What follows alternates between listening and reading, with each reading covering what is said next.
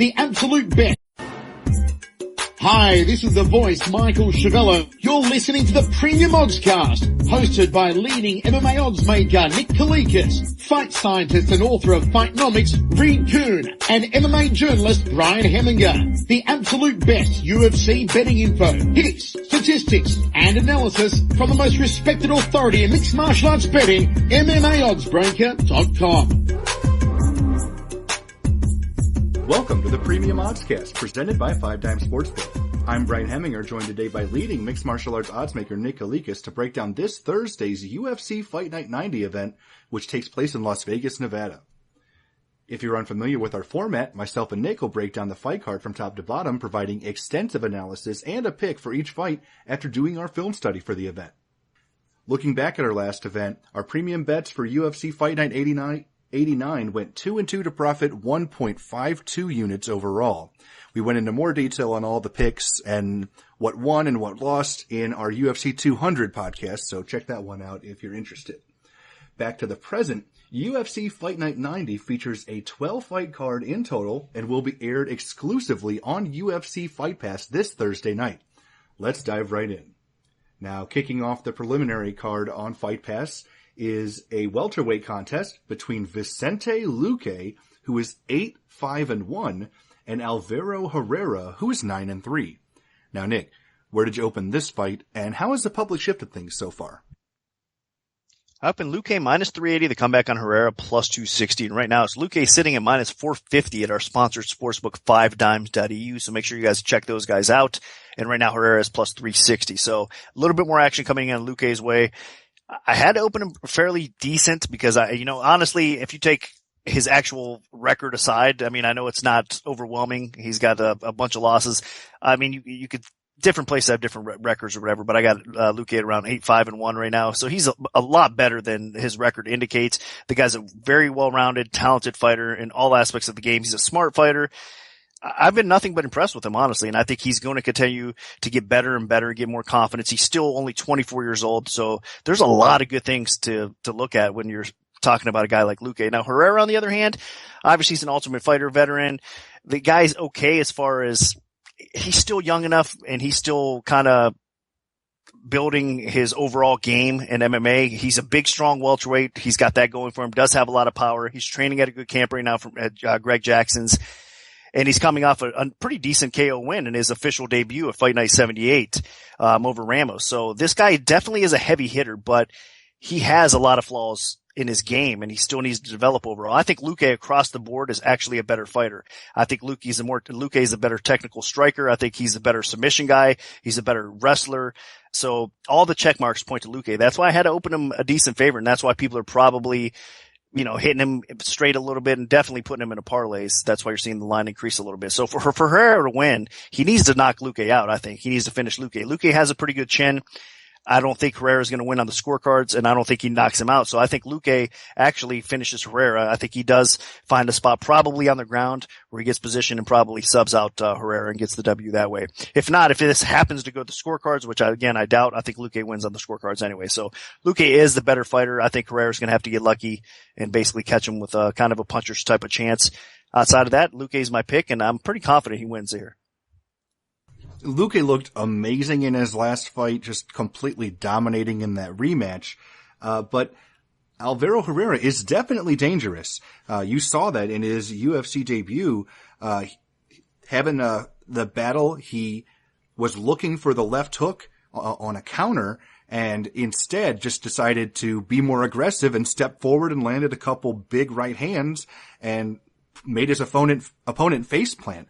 So Herrera definitely has power. He also does have some submissions on his record, but for the most part, I do think that if he's going to win this fight, it's going to be on the feet. Herrera has that ability to potentially change this game with, at least in this fight, with his hands.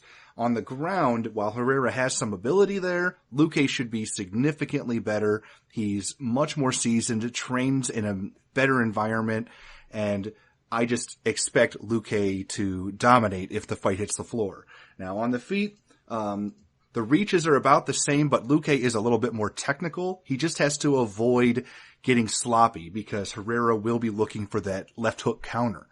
And overall, I just don't really expect a lot out of Herrera. He does have the power, but that's about it. That's really the only threat he has. And as long as Luque doesn't do anything stupid, doesn't leave himself exposed by getting over-aggressive or overconfident, then he should definitely win this fight, especially if he can drag it to the floor.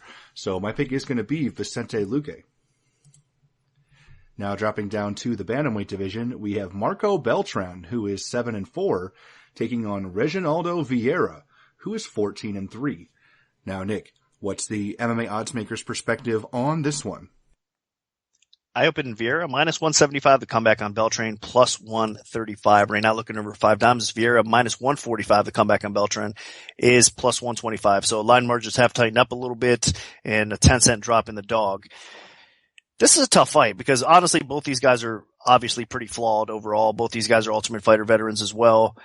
And both of these guys, again, are at the point where they could definitely improve, get a little bit more confidence, and they're doing that since the show. For sure. Vieira obviously is an Ultimate Fighter winner. He was impressive in his fight over Lopez, winning the crown. I was a little bit surprised. I thought Lopez was honestly going to beat him, but Vieira showed up and he fought very well. And he showed us what he's capable of. And I think he could actually, again, keep on improving from there. He's got a lot of power on the feet. He's got a bit of a wrestling ground game. I mean, he's a pretty well-rounded fighter. I mean, that favors his submission game more than anything else, but he's more than just a submission fighter. So Vieira is a powerful little guy that can definitely end fights in several ways. Now, Beltran, a little bit underrated in his own right. He's going to be longer here in this fight. I think he had a very tough, hard-fought battle in his split decision win over Ning, and that's going to be crucial here as well because Vieira, I guess, is similar in that way because he's a little powerhouse as well. He's going to look to push a little bit of a pace, and Beltran was able to adapt and do well in that fight. So I think Beltran overall, his skill set with that length, with that reach, he's going to want to probably try to pick Vieira apart a little bit. On the ground, Beltran has a little bit of game as well.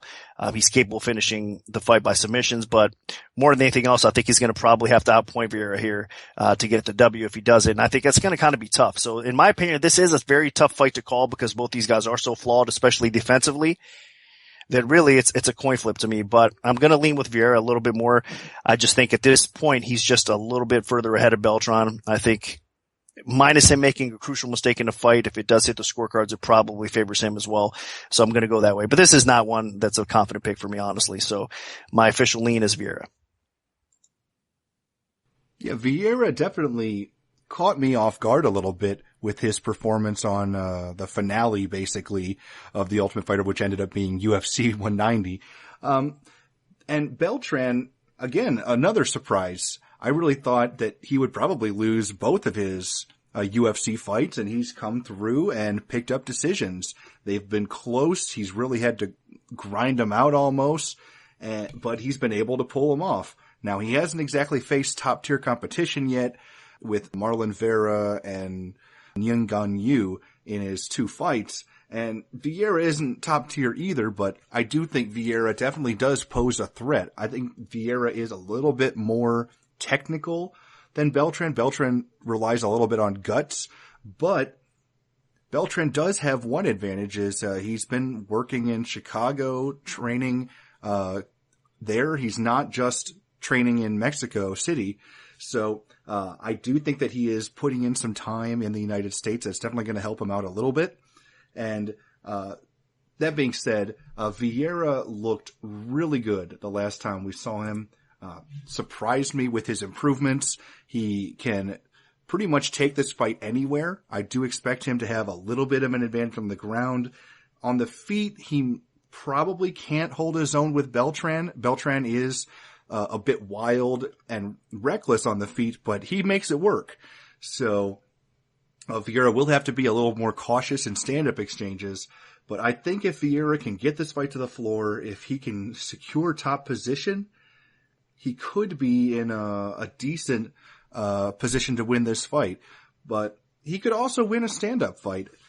Because Beltran is a little so sloppy and reckless, Vieira could have some openings there as well. So I'm leaning Vieira. I'm not confident about it, but I do think that he might be able to pull this one off, but this fight should be really close.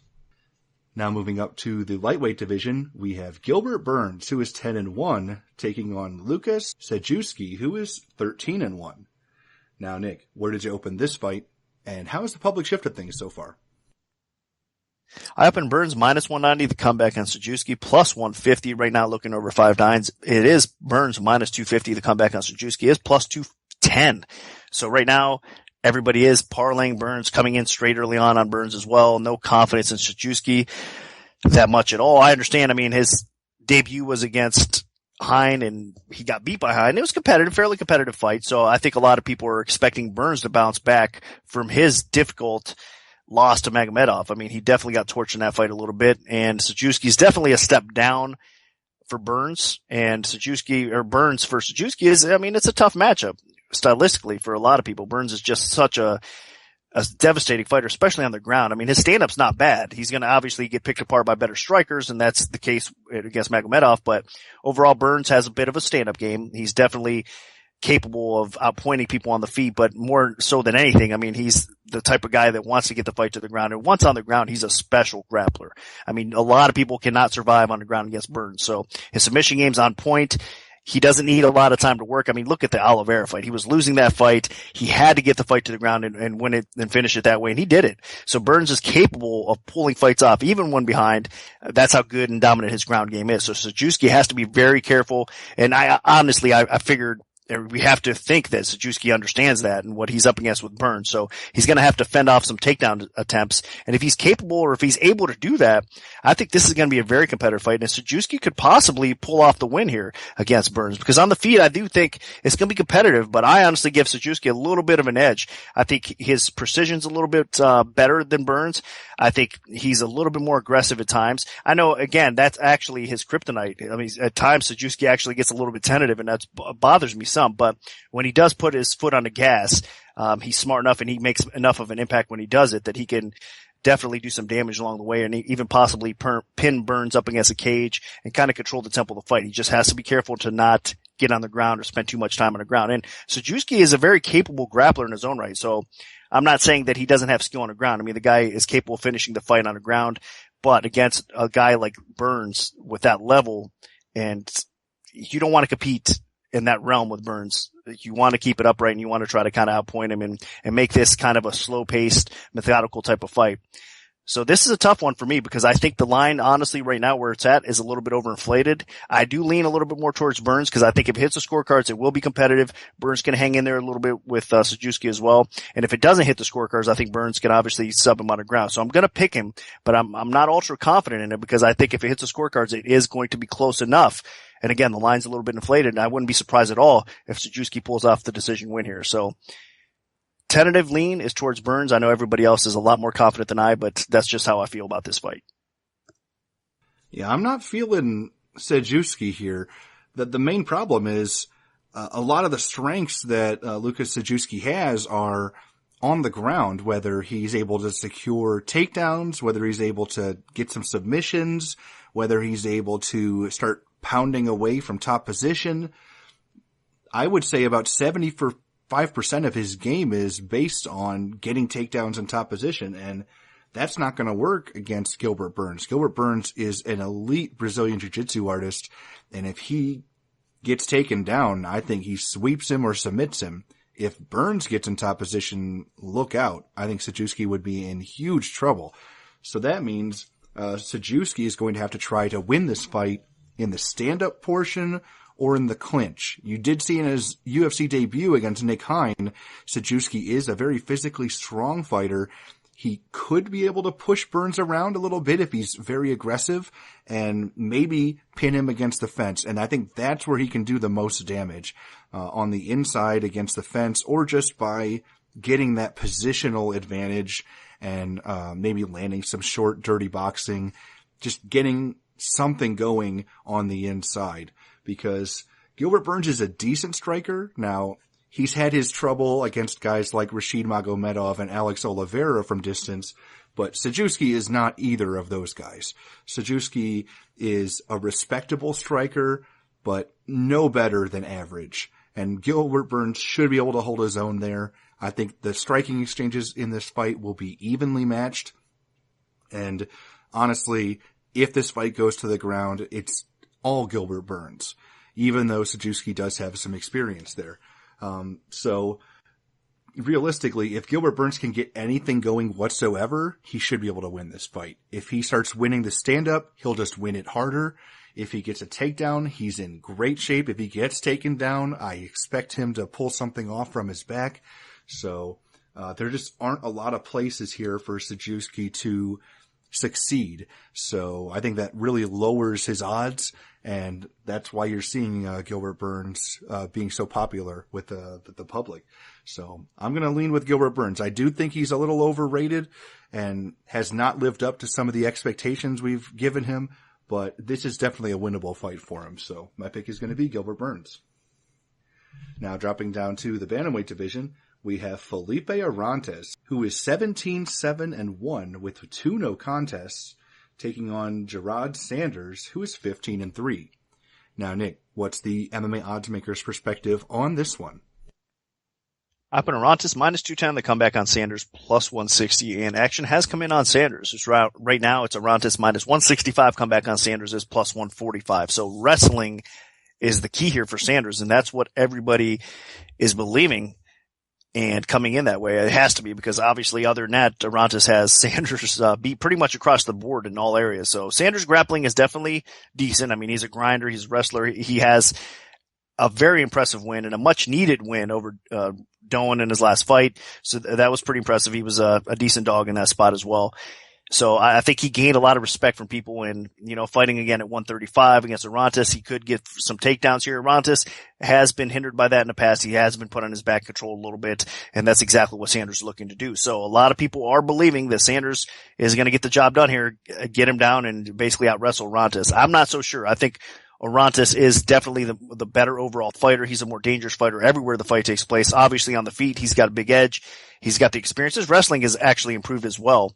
And then his submission game is a little bit better. So I think Arantes can probably fend off some takedowns. He might end up on his back. I'm not sure if Sanders is going to be able to keep him and smother him there and control him the entire time. And Arantes is going to probably have enough spots where he's off his back, and he's going to make life miserable for Sanders once that happens. So in a 3-round fight, I think along the way, Arantes probably ends up catching Sanders and finishing him here. But again, I'm going against the grain because most of the public out there, most of the early betting action has come in on Sanders, and they're very confident. So I'm not that confident in Sanders quite yet. I know he does have a path to victory there, but so does Arantes in a lot of ways. So I'm going to go with the younger fighter, even though in fight years Arantes has a ton of experience, but I still think he's still at that spot where he's a little bit more youthful. He's just a little bit better overall, and he's probably going to find a finish along the way. So my pick is going to be Arantes going against the grain. Realistically, Gerard Sanders is a very one-dimensional fighter. He is a good wrestler, and he's hard-nosed, and he presses the action. He's not exactly a big threat on the feet, although his stand-up got a little bit better in his last fight against Russell Doan. But for the most part, this is a guy that wants to take you down, and then he works for ground and pound and to be busy enough to stay in top position to win the fight. And Felipe Arantes is significantly more well-rounded than him. Arantes is definitely the better stand-up artist. He's better with submissions, and he's pretty good scrambler on the ground. And he's typically shown some pretty good wrestling, although he did get out. He lost some grappling exchanges and scrambles against Andre Fili at featherweight before dropping down. Even in his last fight, when he was on his back, he picked up a triangle choke submission over Yves Jaboué. So even if Gerard Sanders gets those takedowns, I think he's going to be in and out of submission trouble the whole way through. Sanders can pull this off. I mean, it's not out of the realm of possibility that he can take Arantes down and wear him out and grind him out over 3 rounds with his wrestling, because that has been a tried and true method for wrestlers to win fights throughout the history of the UFC. But I just think the threat of the finish from Arantes is going to be much higher. The fact that Sanders has put himself in bad positions in the past, I mean, obviously fighting out of his weight class in his UFC debut against Cedeno, and he got mauled. And then the fight against Pedro Munoz where he just dove right into a guillotine choke. He can definitely be finished very quickly. So I expect Felipe Arantes at some point to pick up the finish. So my pick is going to be Felipe Arantes. Now sticking with the bantamweight division, we have Russell Doan, who is 14-5, taking on Pedro Munoz, who is 11-2 with 1 no contest. Now, Nick, where did you open this fight, and how has the public shifted things so far?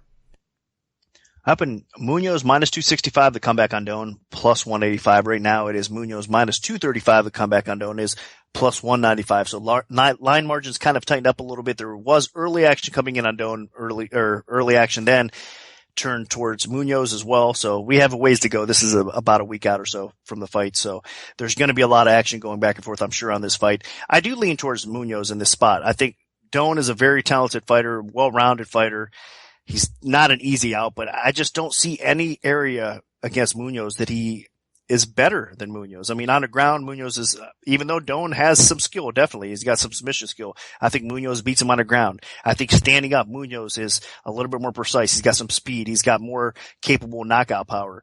So everywhere the fight takes place, including the wrestling, I think the wrestling's going to be close. I mean, Doan is a capable wrestler at times, so it's going to be interesting to see who actually has a real wrestling advantage in this spot. But I think they kind of neutralize each other out as well. So I think a lot of this fight probably takes place upright, and that definitely favors Munoz in this spot as well. So the only advantage, I guess, that I could see on paper for Doan in this spot would be his reach. I mean, he's going to have like a 4 or 5 inch reach advantage over Munoz, but Munoz has been the shorter guy and kind of used to adapting in that circumstance as well. So this is probably going to be a tough fight for Doan. I know Munoz is coming off a very tough, hard fought battle.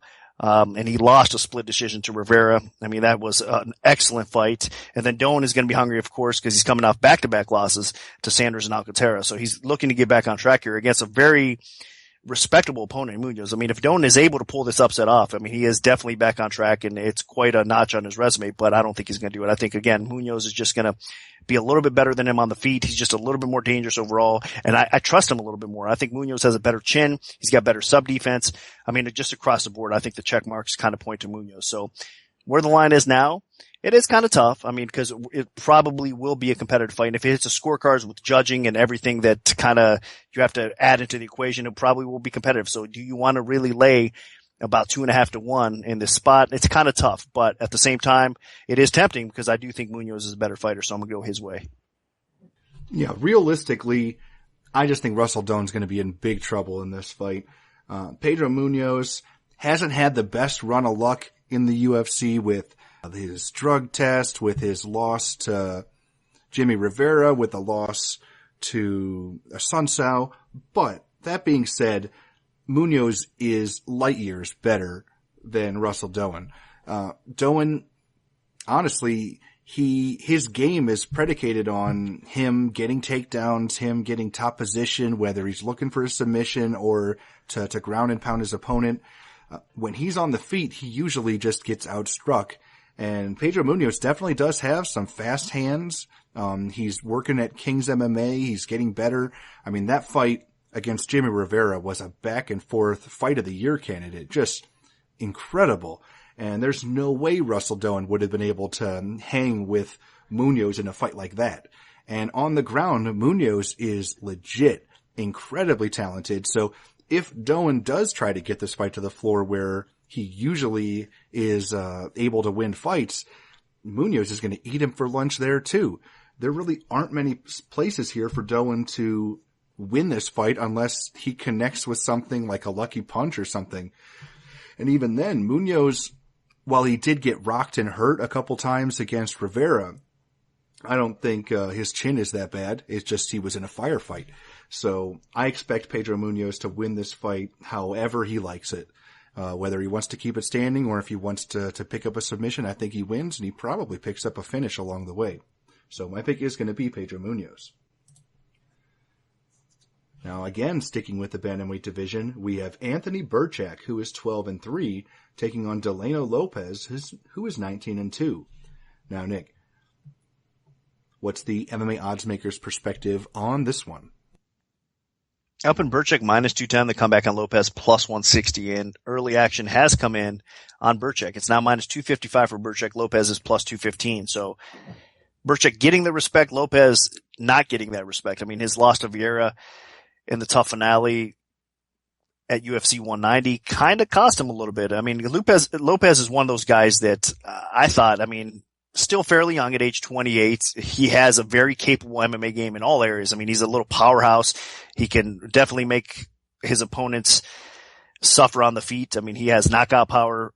He's got aggressive instinct, and then on the ground as well. He's got a good sub game. He's hard to sub himself. Defensively, he's pretty good. He's just got a complete game, but he is very hittable.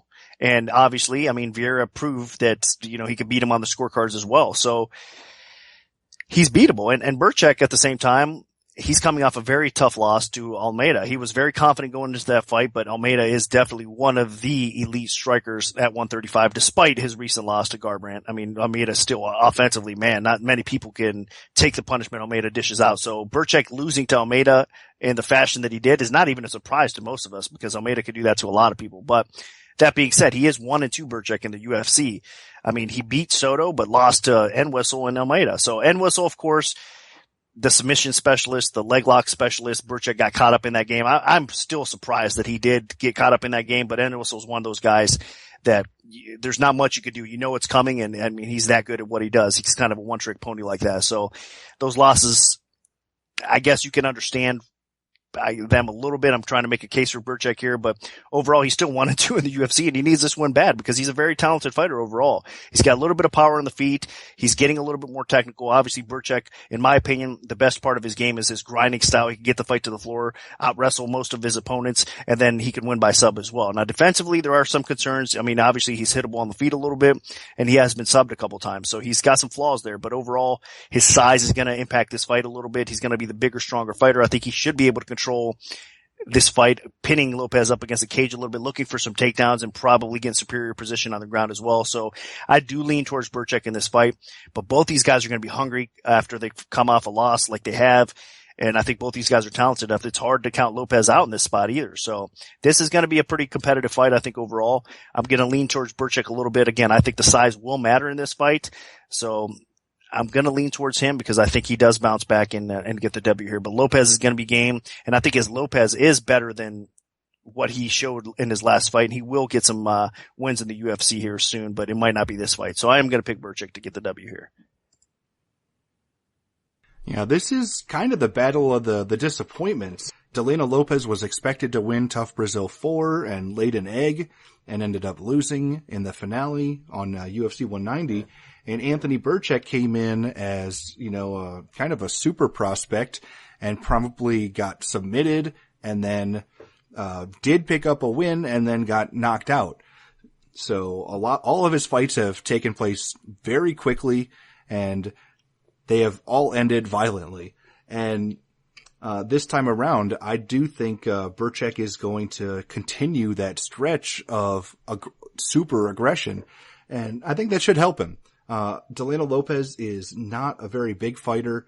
Burchak should have 4 inches of reach on him. Burchak's 3 inches taller, and with his aggression, I think that he can just push forward, land some big punches, maybe get some takedowns. And as long as he's the aggressor and the one dictating everything, he should be in pretty good shape. Burchak is a very talented guy. He's got power on the feet. He's able to pull off submissions. And while Lopez is very well rounded, I mean, you don't get to 19-1 for nothing.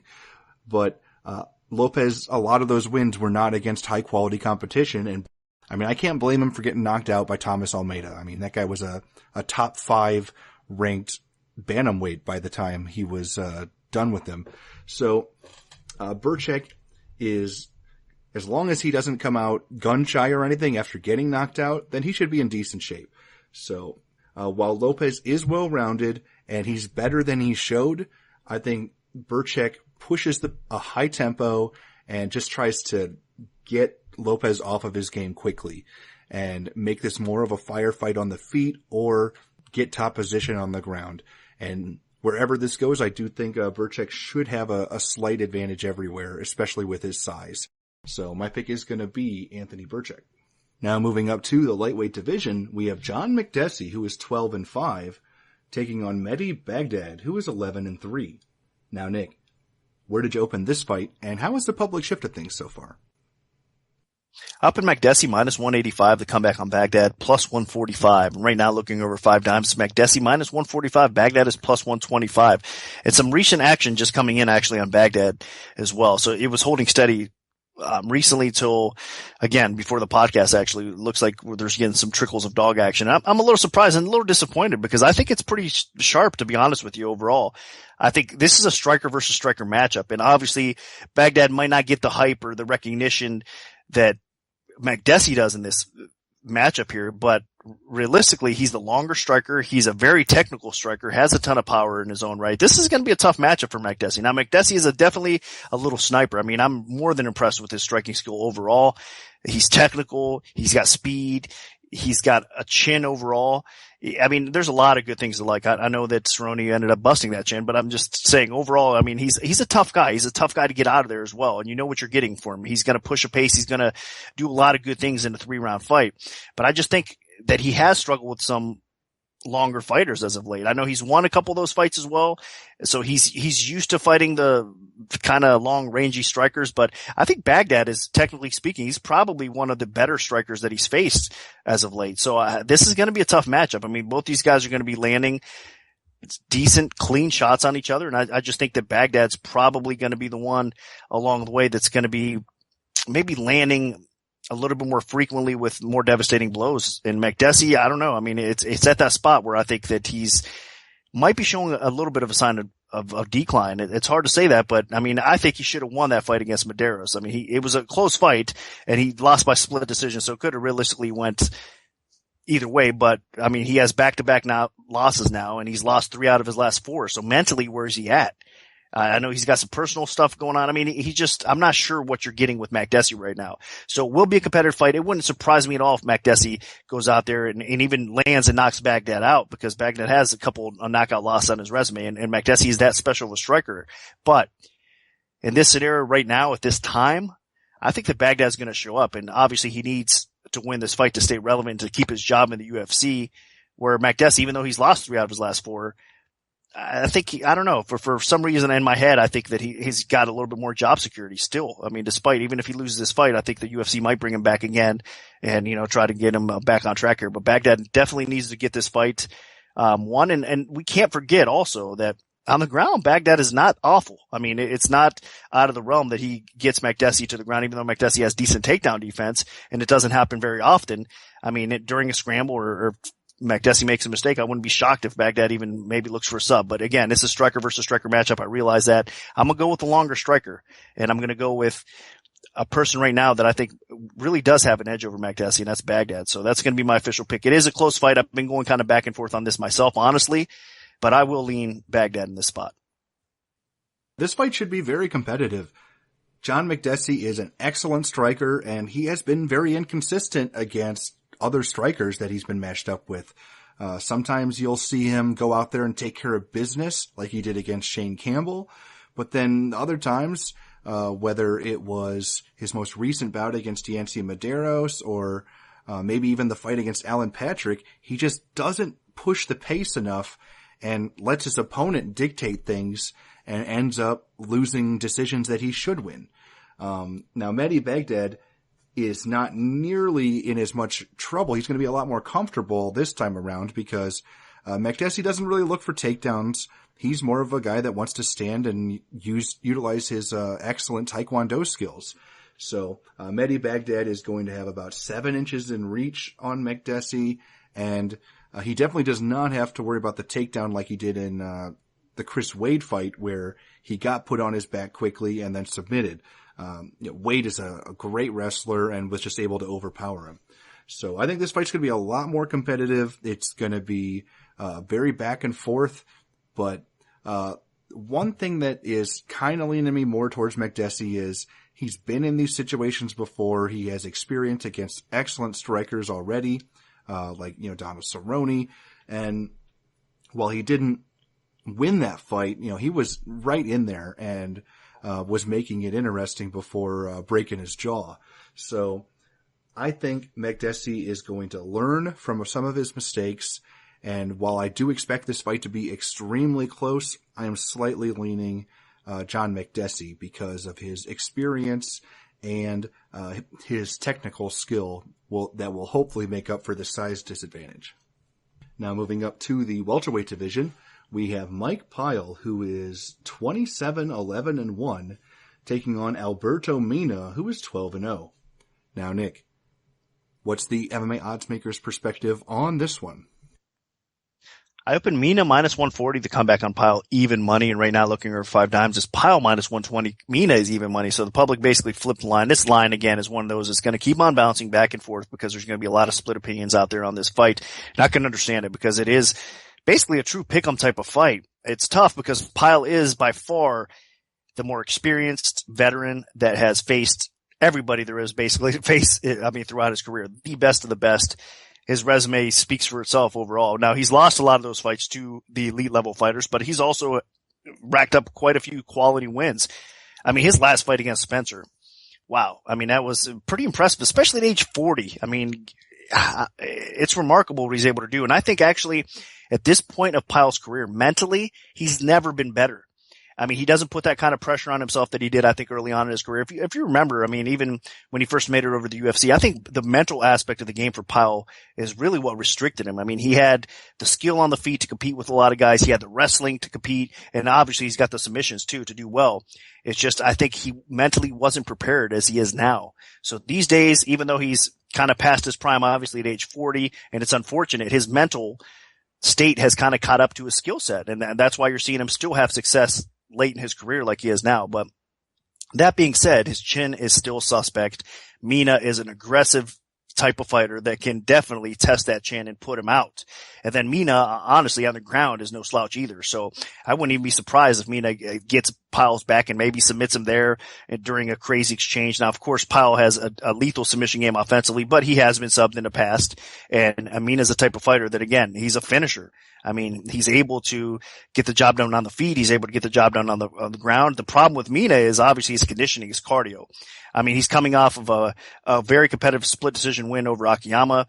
That was a pretty interesting fight for sure. He kind of gassed out. He put everything he pretty much had into the second round, almost finishing Akiyama. And then obviously he gassed himself and Akiyama was able to take over round 3. But overall, Mina is a very dangerous fighter. And I think if it gets deep, then of course Mina could be in some trouble here against Pyle because Pyle's conditioning is better than Mina's, but Pyle's going to slow up a little bit as well. And I don't think it's going to go that deep, basically is what I'm trying to say. I think Mina's going to probably finish Pyle early on and we're going to see Pyle maybe think about hanging him up. I mean, at age 40, like I said, he's fought everybody there is to fight. I'm not sure what there's left for Pyle to do.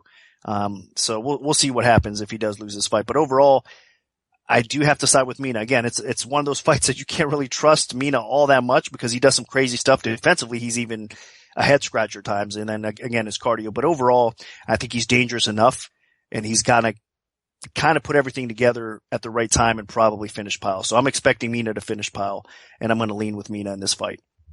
Yeah, this fight's really interesting because Mike Pyle, maybe about 5 years ago, probably runs through Alberto Mina.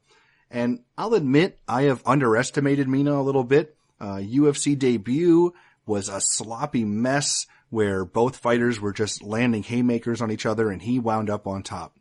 But then he goes out there against Akiyama and is a lot more composed. He started training at King's MMA. His technique improved and he won the first 2 rounds against Akiyama by being the better striker and landing a big shot and almost finishing him at the end of the second round. But then, expending that much energy at the end of the second round, he was completely gassed in the third and barely survived it. So Mina's conditioning is a serious problem. And if this fight gets into the third round, I think, Mike Pyle is definitely a live dog at that point in terms of live betting. So that is something to keep in mind. But for the most part, I think Alberto Mina's technique is improving. His power is definitely there. And Mike Pyle's chin is just completely gone. You saw that in the Sean Spencer fight where, he was so close to being put out multiple times. I could not believe that he didn't get finished.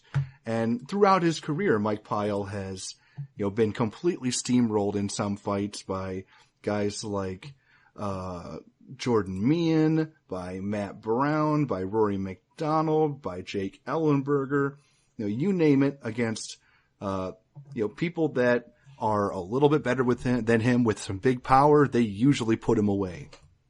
So that is something you definitely have to keep in mind. And the fact that Mike Pyle's 40 years old now. There are not many welterweights especially that are competing at 40 years old. So I think Alberto Mina can definitely finish this fight in the first round, maybe the second. And the only real question mark is if Mina hurts him and doesn't finish him, Pyle could come back. So as you saw in the Sean Spencer fight, actually, where Spencer got a little tired, Pyle caught him late and then picked up a finish in the last minute or two and was a huge come from behind victory. So that is something to keep in mind, but I do think Alberto Mina's striking is getting significantly better at this point, especially with the time he's been putting in at King's MMA. So I expect Alberto Mina to pick up the win here. So I'm picking Alberto Mina. Now dropping down to the lightweight division, we have Joe Duffy, who is 14-2, taking on Mitch Clark, who is 11-3. Now, Nick, where did you open this fight, and how has the public shifted things so far? Up in Duffy minus 315, the comeback on Clark plus 235, and right now it's Duffy minus 370. Clark is at plus 310. Not really that surprising. I mean, Duffy is definitely the more popular fighter. I mean, holding a win over Conor McGregor, even if it was a while back alone, for those people that are just kind of clicking through records and looking, checking out fighters that way, that's impressive enough. And some people, the squares of the world, are just going to bet Duffy because of that kind of stuff, which is silliness. I realize that, but there is people, believe it or not, that still do that kind of crap. So anyway, as far as this matchup goes, it's not an easy matchup for Duffy because he was exposed a little bit. I realize that he's kind of taken a step down because Poirier in his last fight, which was a tough fight, and he hung in there, and he actually gave Poirier quite a fight along the way as well. So it was a tough loss, but in a competitive fight. But he did lose to Poirier, and he got exposed a little bit on the ground. I mean, he got taken down. He was able to get controlled that way, got beat up a little bit as well. And Clark, that's exactly what he wants to do here. He wants to get this fight to the ground more so than anything, and then work his submission game, because Clark does excel on the ground. Even though Duffy has a unique sub game in his own right, I still think on the ground, that's where Clark has the advantage in his spot. So Duffy has to be careful. It's going to be tough for Clark to get Duffy to the ground, though. I don't think it's going to be as easy as it was for Poirier, so that's why you're seeing Duffy obviously being a solid favorite here. And then on the feet, obviously, Duffy does have the advantage. I mean, he's got good striking. He can definitely do some damage along the way. Clark's a tough guy to finish, so it's going to be tough to get him out of there, but Duffy's one of those guys that is a finisher, and he's capable of finishing anywhere the fight takes place. So I wouldn't be surprised at all if Duffy does catch Clark, even though Clark is a tough guy to finish. So overall, I think that it's Duffy's fight to win or lose, but he has to be cautious. I mean, look what Iaquinta did to Clark. He was winning that fight. I mean, he was dominant in that fight and then made a mistake, got caught in the wrong spot. That was an impressive choke from Clark that got him beat there. And I think Clark, if he does, I mean, he has some pretty slick chokes. And if he does take Duffy's back, it's a wrap. I mean, I think he can win this fight by submission as well. So Duffy has to be cautious. But if he can avoid getting submitted, he probably wins this fight. So I'm going to lean Duffy now. Where the line currently is, people are crazy if they're just going to jump in and just keep on betting Duffy or put him in parlays where it's at right now, because there's really no true value left, I think, at the line at least. Maybe on the opener I can understand people thinking it's a little low, jumping in there a little bit, but now where it's at almost 4-1, got to stay away from it. I mean, because Clark is just getting a little bit too much disrespect here. So I'm going to lean Duffy, but I'm going to honestly be pulling for probably Clark to pull off the upset. You got to love a good dog or two to hit, even if you're on him or not on him. I mean, it makes the whole card interesting and fun, especially in a spot like this where Clark is not getting that much respect. It'd be kind of nice to see him get the win. But for my official pick, it is going to be Duffy. Joe Duffy has had historically some issues with submission artists. You saw it on The Ultimate Fighter. You saw it even in his last fight. Dustin Poirier was able to get him on his back and keep him down for a significant portion of the fight. So if Mitch Clark is able to get Duffy on the ground, then this becomes a completely different fight. That being said, Clark is not exactly a big wrestling threat. He doesn't have amazing takedowns. He's not extremely athletic, and most of his wins have come where, his opponent did something to bring the fight to the floor, like the Iaquinta bonehead move. So, for the most part, if Joe Duffy is smart, he keeps this fight standing. He does not get over-aggressive on the feet, even though he should have a huge advantage there.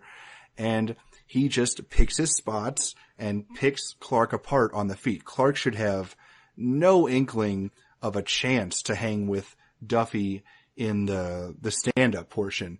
And while Duffy's ground is getting better, I mean, he did pull off a submission in his second UFC fight, but that's just not an area that he wants to screw around with against Mitch Clark, because that's the only way Mitch Clark can win.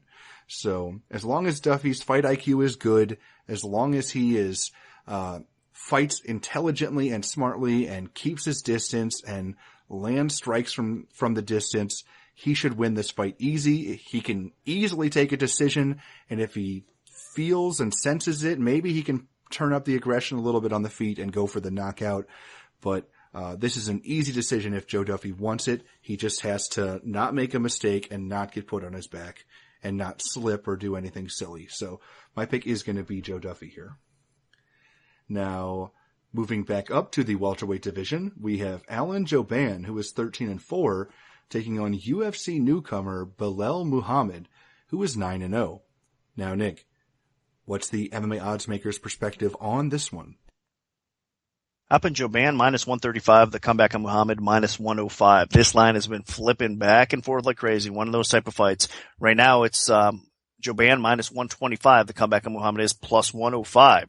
So line margins have basically tightened up since the opener. Still almost at the same spot. Slight lean towards Jouban in basically a pick'em type of fight. And that tells you a lot right there. For those of you guys that are unfamiliar with Muhammad, Jouban is a fairly popular fighter. We all know what he brings to the table with his striking game. I mean, the guy is a beast on the feet offensively. I mean, he brings it. He has knockout power. He's pretty slick with the striking. He's got decent takedown defense. He's just, I mean, one of those fighters that you enjoy watching fight because he's in a firefight. I mean, he's going to lay it all on the line. He has a pretty good chin overall. He has been knocked out a couple times though, but he's the type of fighter that in most cases he gets clipped, he can recover, and then he's back in a fight. And man, I mean, it's hard to deal with a guy like Jouban with all of his pressure. And of course, he's getting better. He's training at Black House. He's training at, with Eddie Bravo and crew at 10th Planet as well. So his ground's getting better, always improving. And the guy's a very marketable fighter. So for it to be this type of fight, this competitive line, it tells you a lot about Muhammad, as I said. I mean, he's taking this fight on short notice to boot. He's stepping in for Taleb. So Muhammad, I am impressed with him. And I opened it this tight because I do think it's a winnable fight for Muhammad. I mean, he has a wrestling and boxing background. A lot of it, you see more of his boxing kind of show through than anything else. I mean, he's a well-rounded prospect overall. I'm really impressed on the feet with his constant improvement. I mean, if you look at fight by fight, he does get better. I mean, his footwork and head movement make him really hard to hit on the feet. He counters well. He's got good accuracy. So defensively, I like what I see. I think it's going to be hard for Jouban to actually land frequently on Muhammad with his movement. His boxing is very on point as well. He mixes in kicks effectively, especially his low kicks. And he's got pretty good takedown defense. And he's pretty fast and quick with the scrambles as well. So I like what I see from Muhammad. He even throws in body work, which, I mean, once he gets going and once he targets in on your body on the feet, I mean, he could be a nightmare to deal with for sure. He gave, actually in his last fight, he gave Carl a beating that way, winning the title, of welterweight title in Titan as well. So, for outside of the UFC and just making his debut in the UFC, his resume is actually not too bad. I mean, he's faced decent competition along the way. So there's a lot of good things to like about Muhammad. And I think the way he matches up with Jouban here, it's going to be a competitive fight for sure because Jouban's going to bring it. And Muhammad's going to be the one kind of on his bicycle a little bit. He's going to be using his footwork and movement to kind of react to Jouban's aggressiveness, and I think Muhammad's going to be able to land enough and pick him apart a little bit. I wouldn't even be surprised if Muhammad actually finishes Jouban. Muhammad's not really known to be a huge knockout threat, but he does have it in him, and especially as the fight goes on, he kind of wears at you. Again, mixing everything in, including those body shots, kind of takes a toll. So I like what I see from Muhammad. I think he can win on the scorecards here. I think he could actually possibly finish Jouban as well. And I think it's going to be harder for Jouban to actually finish Muhammad. So I lean Muhammad here. I think he's going to be successful even on short notice in his UFC debut. And we'll see. I mean, if he gets a little bit of confidence, we'll see how far he can go. Muhammad can go in this welterweight division if he does get the win over Jouban here in this spot, which I do like. So I am going to pick Muhammad to win. This fight is surprisingly competitive. The main thing here is Alan Jouban is a very powerful striker, and he does have, a very good, aggressive skill set on the feet. But Belal Muhammad, do not sleep on this guy. He is a very talented stand-up artist. He doesn't have a lot of power, but he makes up for it with solid technique and an extremely high pace and excellent conditioning. So, what I expect this fight to take place, or how I expect this fight to take place on the feet, is Jouban trying to put the pressure on Muhammad, and then Muhammad working the edges and picking his spots and just annoying Jouban, and then eventually maybe landing that good shot. Now, Muhammad doesn't have a ton of power, but he can kill you with that death by 1,000 cuts on the feet, where he just wears you down, and eventually you start to get tired. Those shots start to add up. You start to swell. Maybe you get some cuts, and then he can get a finish like he did against Steve Carl. That was an extremely impressive performance that won him the Titan welterweight title. Now, Muhammad also does have a decent ground game. It's nothing crazy, but it's as good, if not better, than Jouban's. So I think that they'll cancel each other out a little bit, and this fight is most likely going to take place for the most part in the feet and maybe in the clinch a little bit too. Realistically, if Muhammad can keep his distance and pick his shots and dictate the pace and make this a high energy fight and a more technical fight, then Muhammad can win. If Jouban turns it into a firefight, into a slugfest, even though Jouban's chin is definitely questionable, that is definitely the type of fight that he wants to have. And if Muhammad gets suckered into more of a brawl style, then some of that technique is thrown out the window, and Jouban could definitely win that. But for the most part, I think Muhammad, who is a devout Muslim and is actually training right now during Ramadan, where you're not allowed to eat or drink water during the day. So that is a very unique situation. But I do expect him to continue to push a high pace and maybe wear Jouban out and either win a decision late or pick up a late TKO at some point. So my pick is actually also going to be Belal Muhammad. Now moving on to the co-main event of the evening, we have a heavyweight contest between Roy Big Country Nelson, who is 22-12, taking on Derek Lewis, who is 15-4 with one no contest. Now, Nick, where did you open this fight, and how has the public shifted things so far?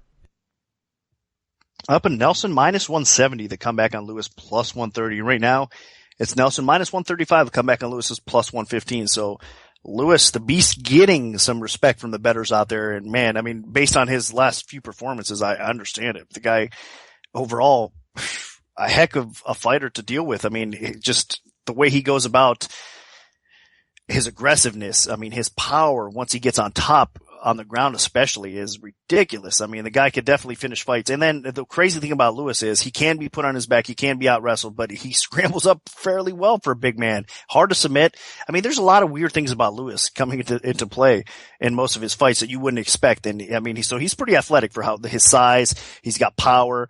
He's got a lot of great things going for him. I mean, he's just not easy to deal with, even with a veteran like Nelson. But at the same time, I'm not as confident as everybody else taking him. I mean, matchups are everything, and you got to look at the matchup here that he's got with Nelson. And I mean, is he going to get on top of Nelson on the ground? I guess it's possible, but I doubt it. I don't think it's going to happen here. I mean, Roy Nelson in most cases is the type of guy that obviously we all know, one punch knockout power. I mean, he usually gets the job done early, and a lot of people can't withstand his power.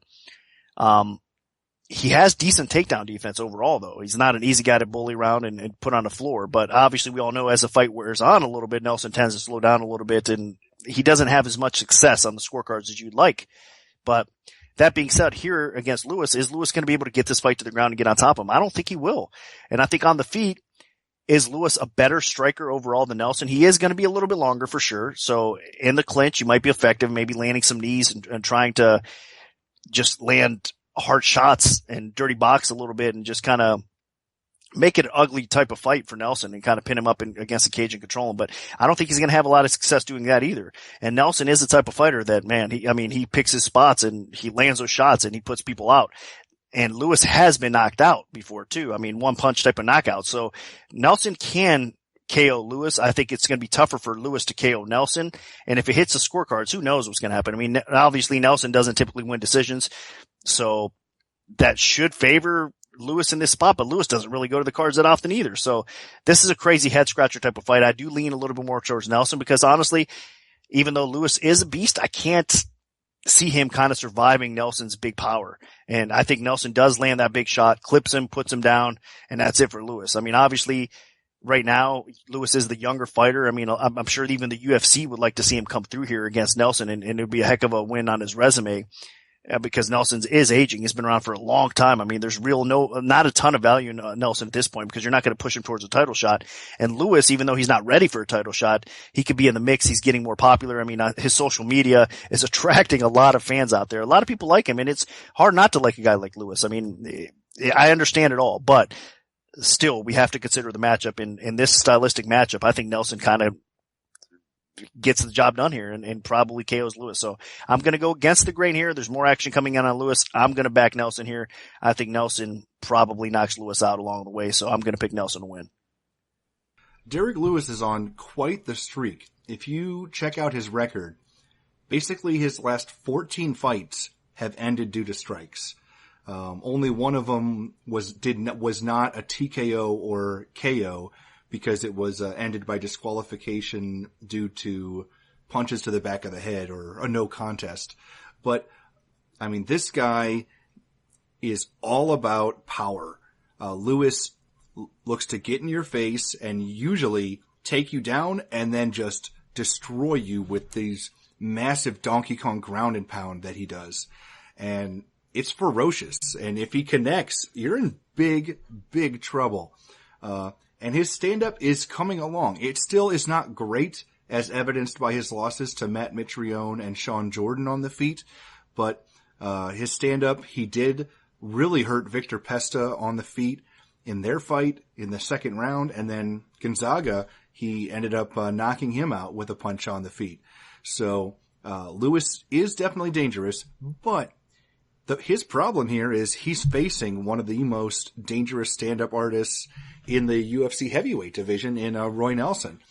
Roy Nelson has an iron chin just completely made of granite, and he packs an insane wallop in that right hand. So what you're going to see here is probably Roy Nelson trying to take Lewis's head off on the feet, and Lewis trying to maybe get some takedowns and then get top position, because even though Roy Nelson is tough as nails, if Lewis gets on top of him on the ground, Nelson's in big trouble.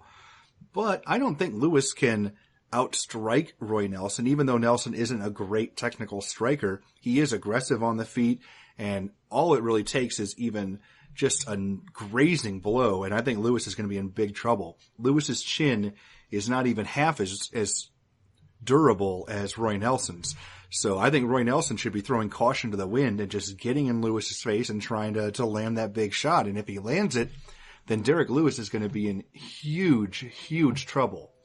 Now, Lewis is the bigger guy. He's got 7 inches in reach. He's 3 inches taller, but I don't think that's going to matter nearly as much because Roy Nelson just puts the pressure on you, and if he lands that overhand right, it's night-night. So I think at some point in this fight, Roy Nelson lands that big bomb, and it's time to go to Burger King for a celebration for big country. So my pick is going to be Roy Nelson. Now moving on to the main event of the evening, we have Rafael dos Anjos, who is 24-7, defending his UFC lightweight championship against Eddie Alvarez, who is 27-4. Now, Nick, what's the MMA Oddsmaker's perspective on this one? Awesome fight, really. Both guys deserving of this spot. I opened Dos Anjos minus 300. The comeback on Alvarez plus 240. Wasn't quite enough. Right now it's Dos Anjos minus 370. The comeback on Alvarez is plus 310. So this line has been out for a while as well, and the betting action has kind of obviously increased the line on Dos Anjos. Stylistically, it is a tough matchup for Alvarez because you would think Dos Anjos has been a beast. I mean, he's looked great. It looks like he's, at the best spot that he's ever been. I mean, fight by fight, he's beaten quality opponents as of late. I mean, just pulled off some unexpected victories. I mean, even now going back to the Pettis fight, I know it's been a while, but still what he did to Pettis and how dominant he was in that fight, and with his cardio holding up everything. And on top of it, he was injured, for crying out loud. I mean, not many people at that time at least, have done that. So that was impressive. Just everything about Dos Anjos. I mean, he's definitely at the best point of his career that he's ever been. I mean, mentally, and again, the physical aspect of the game and the mental aspect of the game is at an all-time high for Dos Anjos. He deserves to be champion.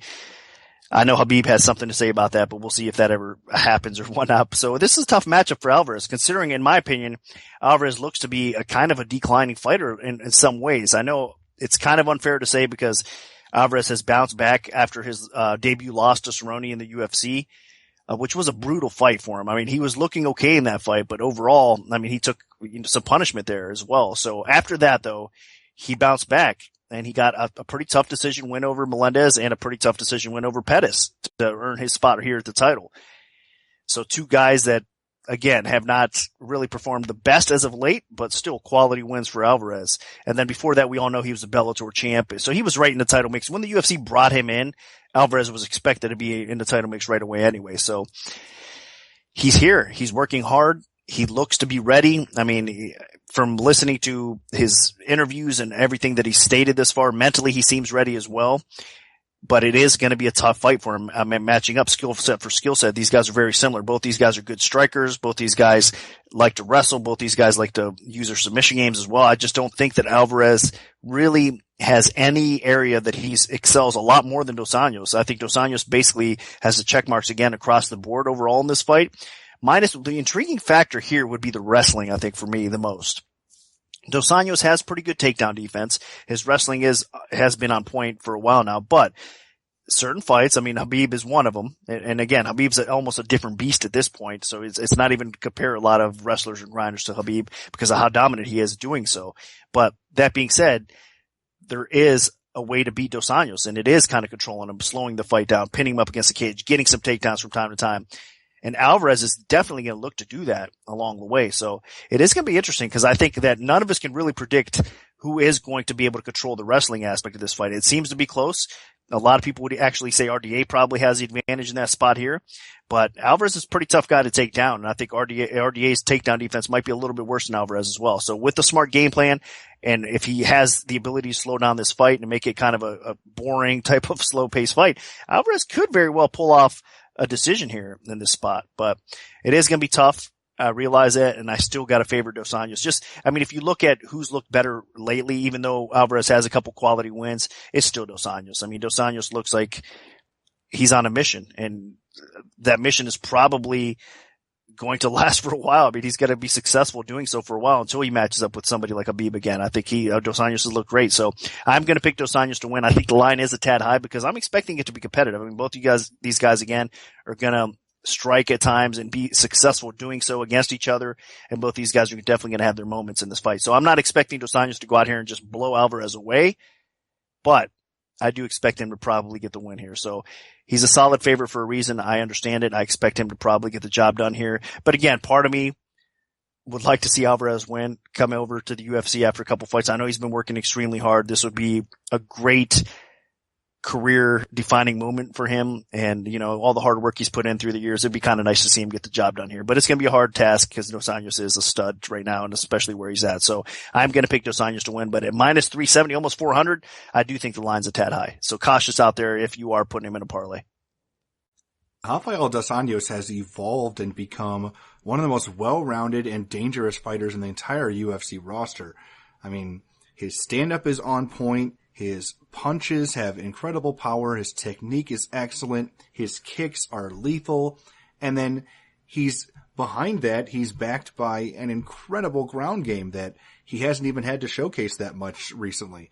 And honestly, he is becoming more and more a fighter without many flaws. Now, obviously, you can go back all the way to his UFC debut when he got knocked out by Jeremy Stephens and say he has a bad chin or something. Or you can go and talk about the time that Clay Guida broke his jaw and then put him in like a vice grip and forced a submission. But those were ages ago. He has won 10 of his last 11 fights, and he has not been fighting slouches. I mean, you just look at the people he defeated during these stretches. Evan Dunham, Donald Cerrone again, Benson Henderson, Nate Diaz, Anthony Pettis. Unbelievable. Absolutely unbelievable. And the only guy that's had his number was Khabib Nurmagomedov. He's a fighter that is extremely difficult to defeat, and I don't know if Eddie Alvarez has that skill set to take advantage of any of the apparent weaknesses in Dos Anjos' game. I mean, as of now, it seems like the only guy that can beat Dos Anjos is somebody that can take him down repeatedly, avoid any submission trouble at all, and then just wear him down. And I don't know if Eddie Alvarez can do that. Alvarez does have good wrestling. I mean, he took down Gilbert Melendez repeatedly. He put good pressure on Anthony Pettis and was able to get a couple takedowns against him. But I don't know if Alvarez can get the takedowns against Dos Anjos. I think it's going to be really difficult for him. Alvarez also is a bit more of a boxer, although his kicking game is developing a little bit. And I don't think on the feet Alvarez can really hang with Dos Anjos. I mean, you saw his nose got broken against Melendez on the feet, and that was mainly just from Melendez's boxing. I think if you mix in the kicks here, then Alvarez can get himself in a world of hurt. The best area for Alvarez to get things going would be on the inside, like in his UFC debut against Cerrone, when he got almost into the clinch area and just started pounding away on Cerrone with uppercuts on the inside repeatedly. That could work. And the fact that Alvarez has had multiple 5-round fights is to his advantage, from his time as a Bellator champion and defending his title, those epic wars with Michael Chandler. That definitely is great experience, and it's good to know that he can go 5 rounds hard and hang in there. But my big issue is Alvarez is hittable. His defense has never been great, and when he does get hit, bad things usually happen. He gets dropped or rocked in almost every one of his fights, or injured, or, his face swells up like in the Gilbert Melendez fight when he blew his nose after getting it broken, after he broke an eye socket. So I do think that against somebody as lethal as Rafael Dos Anjos, at some point Dos Anjos is going to connect with something nasty, and then he's just going to put it on him. So even though the blueprint is kind of there for Alvarez to pursue takedowns, try to get top position, and then maybe work on the inside with some uppercuts and pressure, I don't think he can pull that off for 5 rounds. And I don't see Alvarez really getting a finish here either. So my pick is going to be Rafael Dos Anjos successfully defending his UFC lightweight title. So that'll do it for our full event breakdown for UFC Fight Night 90. Part 2 of the Premium Oddscast, featuring our premium bets, will be out this Wednesday following the weigh-in, so stay tuned for that if you're an MMA Oddsbreaker Premium member. Also, if you'd like to become a premium member, just go to MMAOddsbreaker.com and you can sign up in the top right corner of the homepage. If we have a free play to give out, make sure to follow at MMAOB Premium on Twitter, because that's where we'll post them first. We can also notify you of our free bets via email alert if you prefer that method. Just send an email to picks@MMAOddsbreaker.com and we'll add you to our free bet mailing list. Special thanks to our sponsor, 5 Dime Sportsbook. Good luck, everyone, and hopefully the betting gods are on your side this week.